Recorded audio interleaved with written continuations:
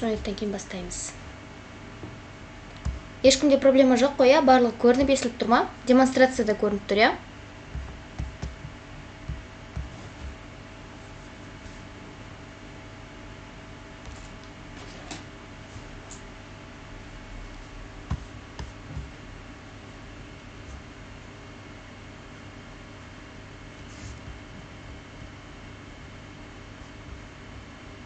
Жақсы.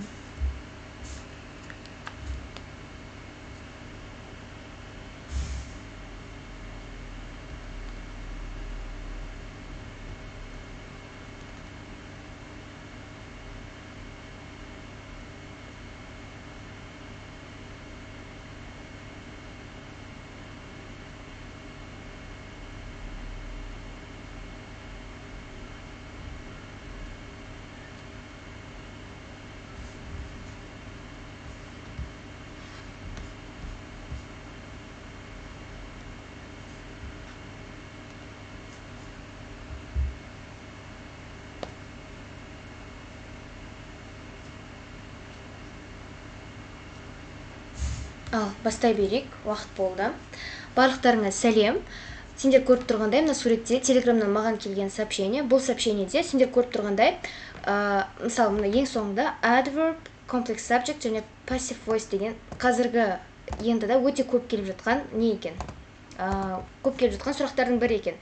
Мысалы, осы былтырғы ұбт тапсырған кезде комплекс object өте көп келген. Әр нұсқаның ішінен біз 3 комплекс object'ің сұрағын қарайтынбыз. Ал осы жолы комплекс subject өте көп келіп жатыр. Бірақ сонда да комплекс object тоже қалған жоқ, бірақ subject қазір көп болып жатыр екен. Әр нұсқада кездеседі деп жатыр. Сондықтан да бүгін біз комплекс subject туралы қарап көрейік. Так, ол туралы не айта аламыз? Так, мен қазір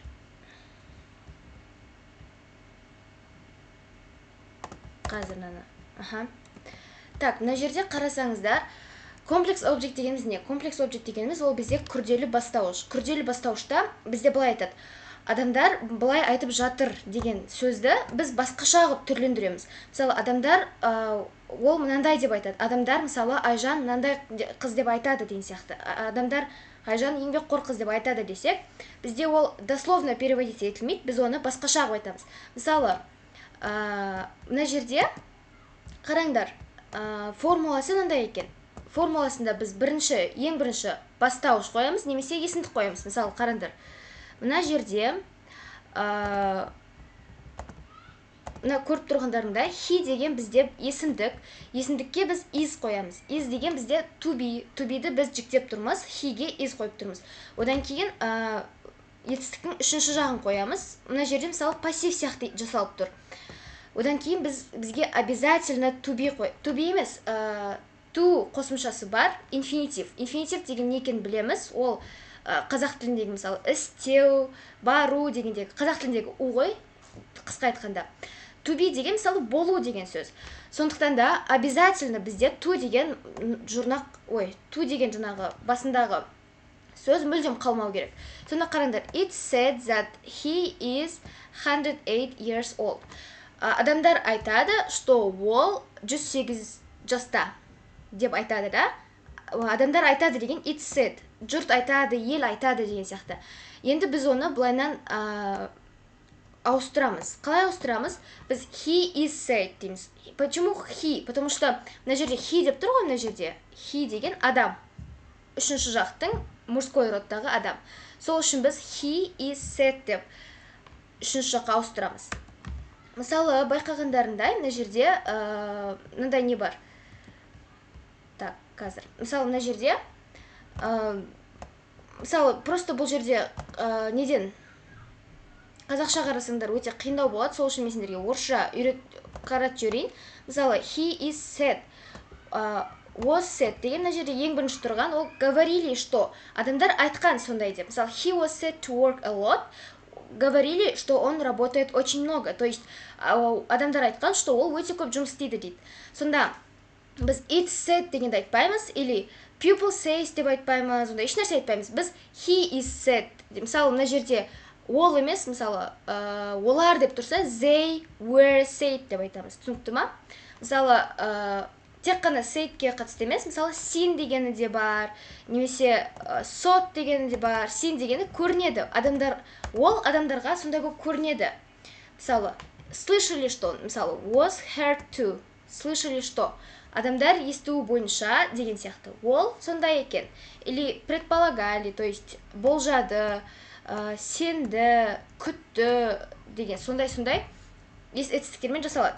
Мынау сендер көріп тұрған етістіктер осы комплекс сабжектте келетін ең маңызды етістіктер. Сондықтан сендер осыны жазып алып жүрсеңдер, сендер жаңылмайсыңдар. Және де мына жерде қарап тұрған was, бізде өткен шақта да, осы шақта да бола береді. Немесе даже келер шақта да бола береді. Мысалы, he is said to work a lot болса, адамдар айтады, ол көп жұмыс істейді деп осы шақта айтылады. Ал he was said болса, адамдар айтқан, ол көп жұмыс істейді деп. Бірақ қазір ондай емес деген сияқты. Сондай қылып келтіресіңдер. Сондықтан бұл жерде he was were деген адамдардың қашан айтқанына байланысты жүктеледі екен. Said деген түсінікті, мына жер тура пассив сияқты жасалады. Және мына жерде біз есімді қолданамыз. Одан кейін мына жерде to-ды ұмытпаймыз керек. Яғни біз инфинитивті қолдануымыз керек. Всегда біз комплекс объект, мысалы комплекс объект келген кезде бір исключениелер болатын. Яғни кейбір етістіктермен бірге біз to-ды қолдана алмайтын тұғынбыз. Мысалы білесіңдер, я notice дегенмен или see, watch дегендермен біз to work деп, например, қолдана алмайтын тұғынбыз. Ал комплекс subjectте біз to-ды ешқашан қалдырмаймыз. Осыны білгендерің дұрыс. Бұл жерде ешқандай да не жоқ. Жаңағы исключение жоқ. Мысалы қараңдар. Ең соңғы сөйлем. Both these sentences mean people say that he is 108 years old деп тұр. Сонда мағынасы, мысалы, бірінші сөйлемнің де, екінші сөйлемнің де мағынасы ол дегеніміз адамдардың айтуы бойынша, немесе адамдар айтады, ел жұрт айтады деген сияқты болып жүктеледі екен. Міне формуласын өздерің жаттап алсаңдар болады. Мына жерде мен noun деп қойғам. Мысалы, n деген noun, n деген. Бұл жерде сендер есімдікті де қоя аласыңдар. Немесе, есімдікті, немесе зат есім қоя аласыңдар. Одан кейін to be. To be дегенді білеміз. To be деген жаңағы әр есімдікке байланысты жүктелетін нәрсе ол. Одан кейін бізде үшінші жақтағы етістік. Үшінші жақтағы етістік дегеніміз ол етістіктің үшінші жағы. Мысалы, said деп тұр. Өзгеріп кететін, есімшеге айналып кететін жағы. Одан кейін біз инфинитив қосамыз. Инфинитив обязательно to-мен қолдану керек. Сендер осыны жаттап алсыңдар, ұбт-да сендерге оңай болады бұл. Ал енді мына жаттығуды бәріміз бірге жасап көрейік. Бұл жаттығуда қарасаңдар, мына қараңдар. You can use these structures with number of other verbs, especially деп тұр. Мысалы, сендер осы жаңағы айтылған етістіктер, жаңағы комплекс subjecттегі структураны мына сөздермен қолдана аласыңдар. Мына сөздерді қараңдар. Осы сөздер сендерге қолданылады екен. Егерде he is expected, или she is known, it's reported, they are thought деп сондай сөздерді көріп тұрсыңдар, комплекс subject екенін сразу біле берсеңдер болады. Енді қараңдар, мына екі структураны салыстырып көрейік. Бұларда не дейді? Мысалы, бірінші сөйлемде Kathy loves running. It's said that she runs 10 miles a day. Сонда Kathy деген қыз, it's said деген адамдар айтады деген сөз. It's said that. Сендер осыны айналдыруларың керек. She is said или he is said деп. Бірақ мына жерде біз зат қолданып тұр. Біз зат дегенді қолдана алмаймыз. Біз сразу to run деп келеміз. Мысалы, қараңдар. She is said to run 10 miles a day. Сонда мына бірінші мысалда және екінші мысал екеуі мағынасы бір. Неге мағынасы бір? Өйткені екеуі де адамдар айтады деп аударылады. Мысалы, қараңдар. Екінші сөйлем. The police are looking for a missing boy. Полиция жоғалып кеткен баланы іздеп жүр дейді. It's believed that the boy is wearing a white sweater and blue jeans. Олар сеніп тұр, что бала ақ свитер мен көк джинсы киіп алған дейді. It's believed that. Believed деген сену. Олар сенеді, мысалы, ел жұрт сеніп тұр, что ол сондай неке болған деген. Мысалы, that деп қолданылып тұрса, біз осы мына жаққа аударған кезде бізде не болады? The boy деген мынау біздегі главный объект қой. Главный объект дегеніміз біздегі есімдігіміз, біздегі главный рөлде қандай зат тұр, сол. Мысалы, бізде главный рөлде бала деген сөз тұр. Мына бала is believed. Ол сендірілді деген сияқты. Оған сондай екеніне сенді жұрт деген сияқты. Is believed деген солай аударылады. To be wearing a white sweater and blue jeans. Солай ары қарай қарап шықсаңдар болады. Мысалы, ең соңғы нені қарап көрейік мынаны. The two houses belong to the same family. It said that there is a secret tunnel between them. То есть, адамдар айтады деген сөз то же самое, что олардың ортасында құпия бір туннель бар дейді. Енді қарайық. There is said to be a secret tunnel between them. Неге біз бұл жерде the houses are said деп айтпаймыз? Өйткені біз мына жерде houses деп, мысалы, бірінші сөйлемде two houses деп тұр, иә? Бірақ екінші сөйлемде сол two houses деген there is деген структурамен алмасып тұр. Сондықтан да біз there is деген мына жаққа қоямыз. There is said to be a secret tunnel between them деп айтамыз. Түсінікті деп ойлаймын сендерге. Так. Сұрақтарың болса, чатқа жазып отырсыңдар болады, сосын мен ең соңында оқып жауап беретін боламын. Ойдағырда бұл жерде айтқанда, сендерде адамдар айтады, адамдар ойлайды дегенді ауыстыру керек. Бұл негізінде комплекс объекттен де оңай, сондықтан да тез үйреніп кетесіңдер деп ойлаймын. Бірақ осы жылы енді да осы именно комплекс subject өте көп келетін болады. Әр нұсқада кездесетін болады. Мысалы, қазір мынау жаттығуларды жасап көрейік. Так, не дейді бұл жерде? Мына жерде біз ауыстыруымыз керек екен. Мысалы, бірінші сөйлем, сендер көрініп тұр ғой, иә?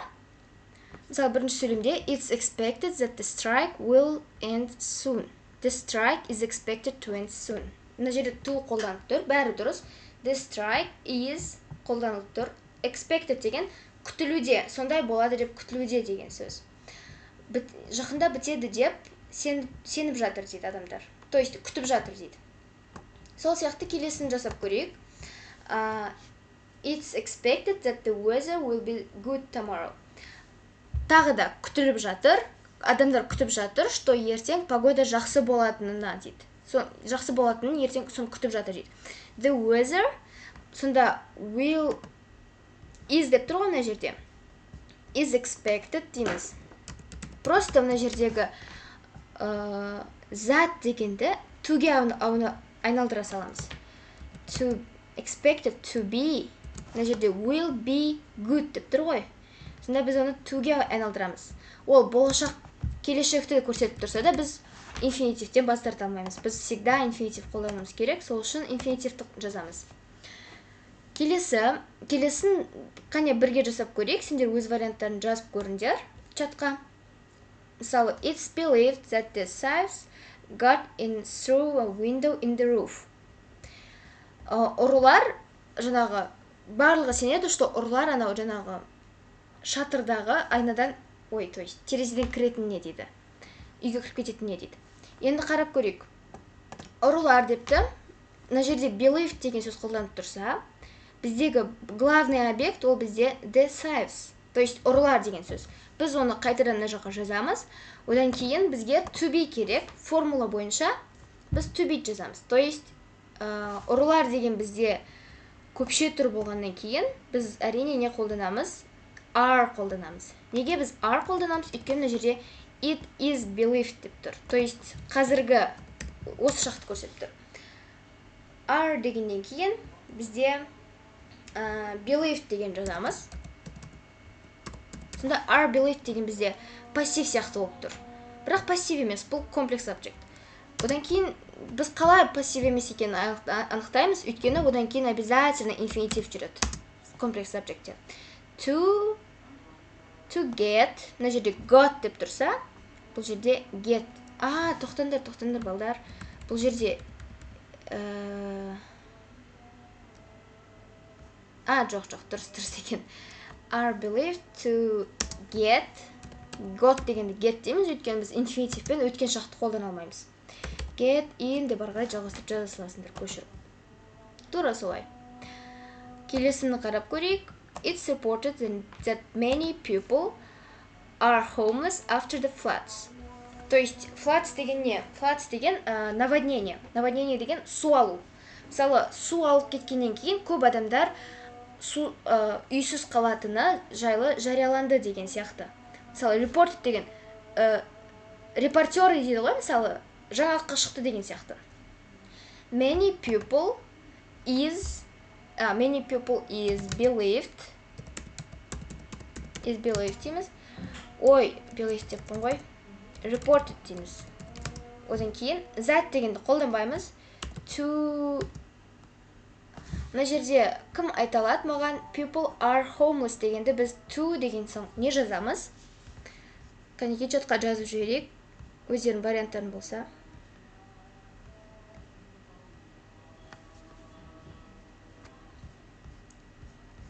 Яғни біз бұл жерде to be қолданамыз. Өйткені are деген сол to be-дің жіктелген емес пе? Сол үшін біз to be қолданамыз. Келесі. It is thought that the prisoner escaped by climbing over a wall. То есть, жаңағы түрмедегі адам is thought дейміз тағы да. Өйткені ол жекеше болып тұр. Адамдар ойлайды, что ол сондай деген сөз. To escape деген қашу. Escape by десіндерді арғай жаза бересіңдер. Келесі бізде келесі балалар микрофондарын өшіріп отырыңдар. It's alleged that the man was driving at 110 miles an hour. The man деген бізде главный объект. Главный объектті біз всегда басында жазамыз. Басты рөлде тұрғаннан кейін. Одан кейін бізде to be бізде is болып тұр. Бұл жерде бұл жерде to be is болып тұр. Одан кейін alleged деген жазамыз. Одан кейін бізде infinitive.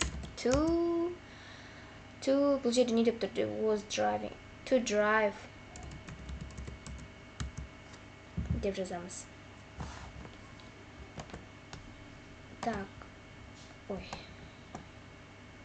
Келесі. It's reported that the building has been badly damaged by the fire. The building is reported.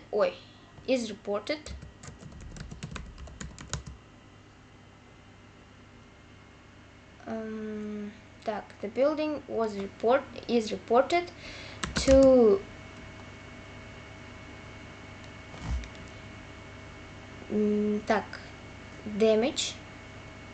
have been damaged деп жазамыз. By the fire. Өйткені бұл жерде біз байқауымыз керек, бұл жерде бізде пассив қолданылып тұр. Has been badly damaged. Сол үшін біз has деп жазамаймыз, өйткені to have been damaged. Солай жазуымыз керек. Енді келесі қарап көрейік. Сұрақтар болса жазып отырыңдар. Келесі де мысалы солай, тез жасай салайық енді. It said that the company is losing a lot of money. The company is said деген адамдар айтып жатыр деген сөз. To lose. Мысалы, is losing болып тұрса да, was losing болып тұрса да мына жерде сендер инфинитивтен ешқашан бас тартпайсыңдар. It's believed дегенді біз қалай жазамыз? The company is believed деп жазамыз. To lose тағы да. Соңғысы көрініп тұр ма? Сендер маған көрінбей қалыпты. Мақұл, соңғысын кейін сесілайық. Жалпы сендерге түсінікті болса, чатқа түсінікті деп немесе плюс қойып жазып кетсеңдер болады. Мысалы, мынандай сұрақ келіпті ентіда. Жалпы ентіда қазір қатты комплекс объектке бүйтіп үңіліп келіп жатқан жоқ сұрақтар, бірақ сонда да келіпті. бір сұрақты, мен таптым бағана осы бір сұрақты. Так, қараңдар. The correct forms of complex subject дейді.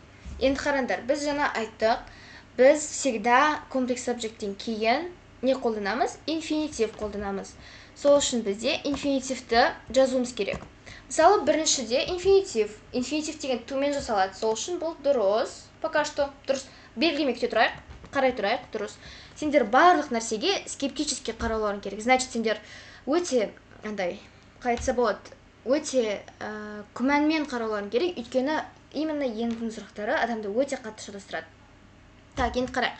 No дейді. No дегеніміз бізде инфинитивке ұқсап тұрғанымен, бұл жерде to деген қап кеткен. Сол үшін біз бұны шыстаймыз. New деген вообще дұрыс емес, өйткені біз to деген не қылуымыз керек. Инфинитивпен қолдануымыз керек, тек қана комплекс сабжектті. Ешқандай да exceptions деген исключение.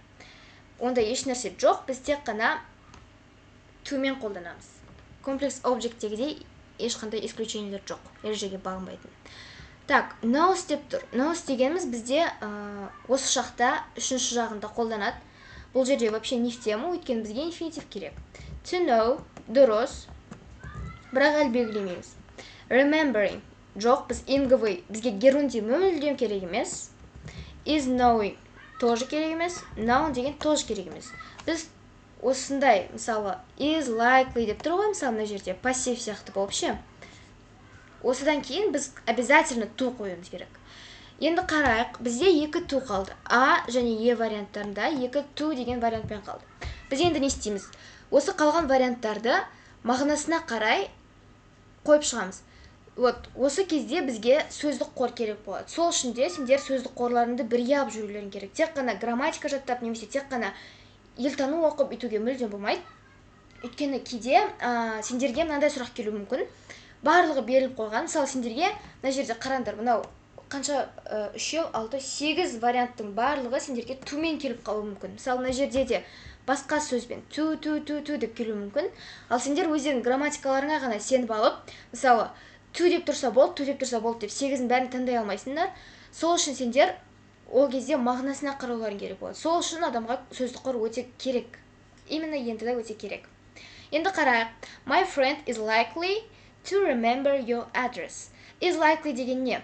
Менің досым сондай сияқты дейді. Типа, мысалы, қалай айтса болады? Мне кажется деген сөз ғой, что мой друг деген. To remember әлі есінде деген сөз. Менің досым, сенің адресің әлі есінде сияқты соның дейді.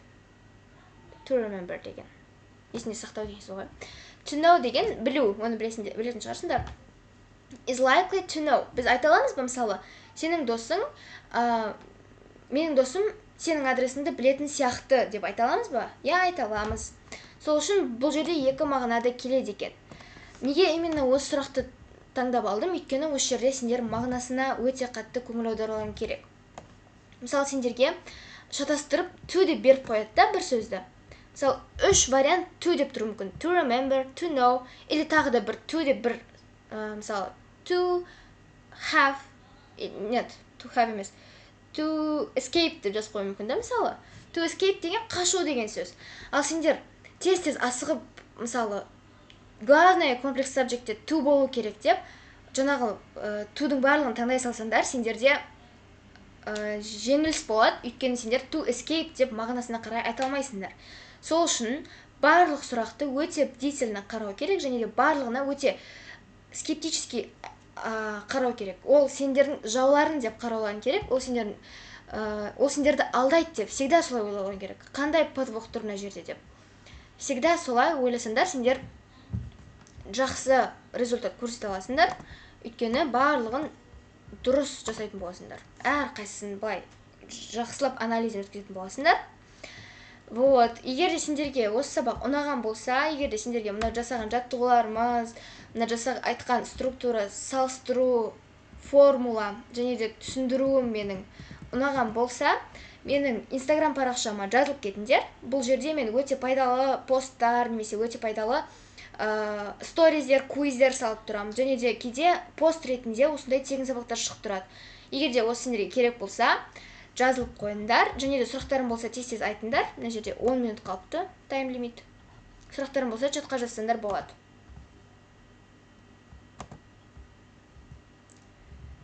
Қандай сұрақтарың бар сабақ бойынша, талдау бойынша, мысалы, тағы да ентіда қандай нелерге көріп едіңдер осындай, мысалы, сұрақтарың туындаған комплекс объектке байланысты.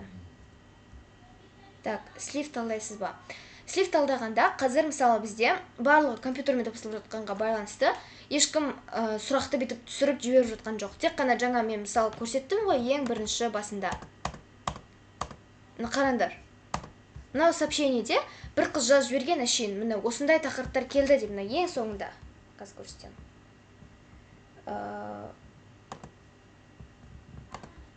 Міне қараңдар.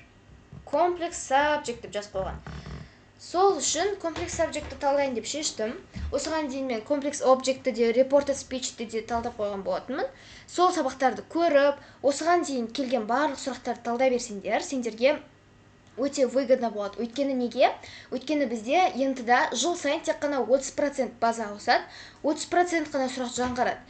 Сол жаңарып тұрған сұрақтардың өзі ескі тақырыптар бойынша келеді. Сендерге ешқандай новый нәрсе келмейді. Бірақ мысалы, осы жылы сендерге нелерге, жаңағы ғимараттарға байланысты тарихи сұрақтар келетін болыпты, бірақ оны жаттап алуға болады. Осыған дейін келген нелерден. Атақ былайынша сендер грамматиканы біліп тұрсаңдар, бұл сендерге мысалы тарих емес, тарихты сендер бір информацияны жаттап алуларың керек. Сендер бар информацияны білулерің керек тарихта. Ал бұл жақта сендер әшейін бір грамматиканы жаттасаңдар, сол грамматиканы түсініп алсаңдар, бұл сендер мысалы бір грамматиканың арқасында бір нұсқада сендер 4-5 сұрақ шешіп тастауларың мүмкін. Сол үшін жаңа сұрақ дегеніміз дәл осы келетін тақырыптардың жай ғана жаңартылған сұрақтары. Сендер тақырыптарды жақсы біліп тұрсаңдар, сендерге ол қиын болмайды. Сондықтан да қорықпаңдар. Тек қана осы шығып жатқан жаңа сабақтарды көріп алыңдар да. Ең главныйсы ол сендер өздерің түсініп алуларың керек. Темалардың барлығын, грамматиканы барлығын түсініп алуларың керек. Не қай кезде жасалады, қандай исключение бар. Сонда ғана сендер уже ертең қорықпай отырасыңдар. Мысалы, бәрібір сендерге басқаша сұрақ келмейді. Тура сол өткен грамматика сол ғана келеді. Жоқ, мысалы, грамматикадан не алатын болсаң да, мысалы, комплекс объектті біліп алсаң, енді сен барлық сұрақтарды шеше аласың. Енді елтануға мен жауап бере алмаймын, өйткені елтану сендер жаттауларың керек. Атақ бойынша сендерге барлығы сол неден келеді. Жаңа сұрақтар бар сливтерден, соларды тыңдаңызшы дейді. Маған ешкім жаңа сұрақтарды әлі жіберген жоқ, өйткені ешкім суретке түсіре алмай жатыр екен. Егер сенде ақниет болса, телеграмға жіберсең болады бізге, немесе инстаграмға жіберсең де болады. Сосын талдаймыз.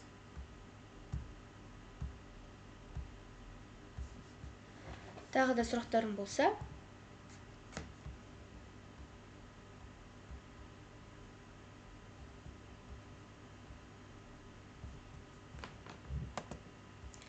Окей.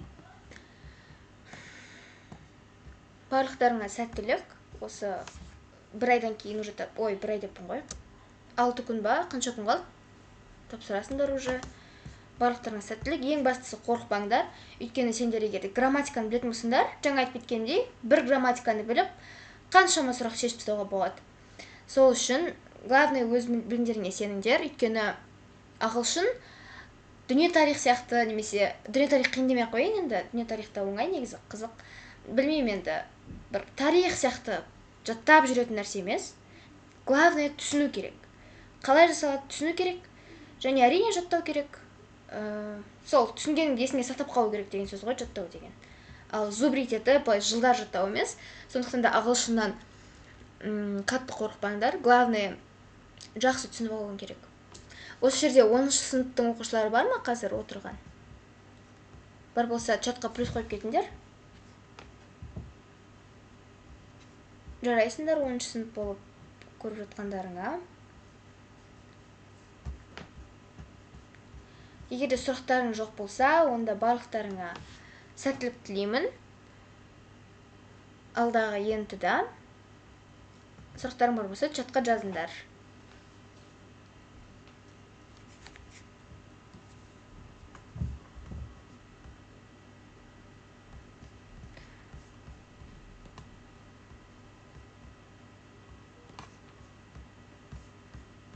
егерде мынау жаңағы мен көрсеткен презентациядағы мысалы мынау структураны немесе мынаны скриндап алам десеңдер, міне мен сәл тоқтата тұрайын. Бірақ бұл сабақ кейін ютубқа да шығатын болады, сол үшін сендер стопқа қойып скриндасыңдар да болады. Және де айта кететін нәрсе, егерде біреу слив талдап жатса, мысалы мен слив талдап шығаратын болсам, нұсқа талдап шығаратын болсам, мысалы қараңдар, жаңа мен сендерге айтып жатқан кезде сендер өз варианттарыңды чатқа жазсаңдар болатын еді. Солай сияқты қандай слив көрсеңдер де, қандай нұсқа талдап көрсеңдер де, мысалы адам айтып жатады ғой, сол кезде ютубқа шыққан кезде, мысалы адам айтып жатады, жаңағы нұсқа талдап жатқан адам, the correct form of complex subject деп айтып жатқан кезде, сіз сразу стопқа қойып, сол жерде дұрыс жауапты бірінші өзіңіз табуыңыз керек. Сонда ғана сізде эффективно болады. Жай ғана бір фильм көрген сияқты көре берген ол дұрыс емес. Сондықтан стопқа қойып немесе прямой эфирде отырсаңыз, чатқа жаз, сондай сияқты. Бірінші өзіңіз попытаться етуіңіз керек, өзіңіз істеп, ответственность алып, содан кейін ғана қарап көресіз. Дұрыс па, дұрыс емес па. Солай, балалар, барлықтарыңа рахмет көргендеріңе және сендерге сәттілік тілеймін. Егерде сұрақтарың больше жоқ болса, онда барлығымыз осымен аяқтайық.